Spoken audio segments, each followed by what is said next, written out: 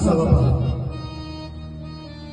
गुरुजींनी ऐसे द्यावे धडे, आपुला आदर्श ठेवून पुढे, विद्यार्थी तयार होता चौकडे, राष्ट्र होई तेजस्वी.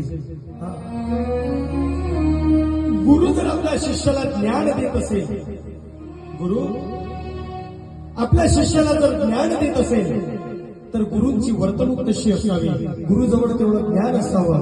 पण आमच्या गुरुजवळ ज्ञान आहे, आमच्या गुरुने आम्हाला ज्ञान दिलं म्हणून आम्ही एवढ्या मोठ्या व्यासपीठावरती बसलो. ज्ञानाचा भांडार आहे आमच्या गुरुजवळ, ज्ञानाचा अथांग सागर आहे आमचा गुरु. म्हणून आम्ही आज या शून्यातून एवढ्या मोठ्या विश्वापर्यंत पोहोचलो. महाराज गुरु कसा असावा. एकदा काय झालं, गुरु आणि शिष्य होते. शिष्य आपल्या गुरुच्या जवळ रोज नित्य नियमाने जायचा. ज्ञानाच्या गोष्टी प्राप्त करण्याकरता आपल्या गुरुजवळ गेल्यानंतर आपल्या गुरुला रोज म्हणायचा. पण एक दिवस गुरुने त्या शिष्याला थोडं मार्गदर्शन केलं, सांगितलं, अरे बाळा, 7 दिवसापर्यंत आपल्या आश्रमामध्ये पारायण सोहळा ठेवलेला आहे, पण 7 दिवसापर्यंत तुला घरी जाता येणार नाही. 7 दिवस तुला मुक्कामी राहावं लागेल. तेवढ्यात त्या शिष्याने गुरुला उत्तर दिलं, म्हणे गुरुजी, तुम्ही म्हणाल तर मी 7ही दिवस येतो, पण जाणं येणं करतो, मी मुक्कामी राहू शकत नाही. म्हणे का रे बाबा. म्हणे मी जर घरी गेलो, मी जर घरी गेलो तर माझे सर्वजण जो परिवार आहे हे आठवणीने वाट पाहतात, माझ्यावरती प्रेम करतात.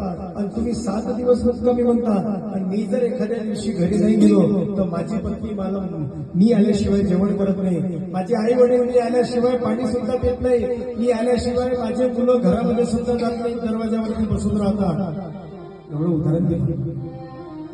म्हणे असं काय एवढं प्रेम करतात. हो म्हणे महाराज, माझा परिवार एवढा प्रेम करतो म्हणे माझ्यावर की मी माझ्या परिवाराला सोडून 1 मिनिट सुद्धा राहू शकत नाही. 1 मिनिट सुद्धा राहू नाही शकत. कोण म्हटलं?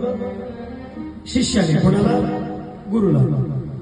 मग गुरुने आपल्या शिष्याला या अंधारातून प्रकाशात आणण्याकरता काय केलं पहा. कारण हा मोह मायेमध्ये होता. गुरु आणि शिष्याचं नातं सांगत आहे मी, लक्ष द्या. काय झालं, गुरुजींनी आपल्या शिष्याला सांगितलं, म्हणे बाळा, तुला वाटते ना म्हणे की हा जो तुझा परिवार आहे हे एवढं प्रेम करतो तुझ्यावर. म्हणे हो,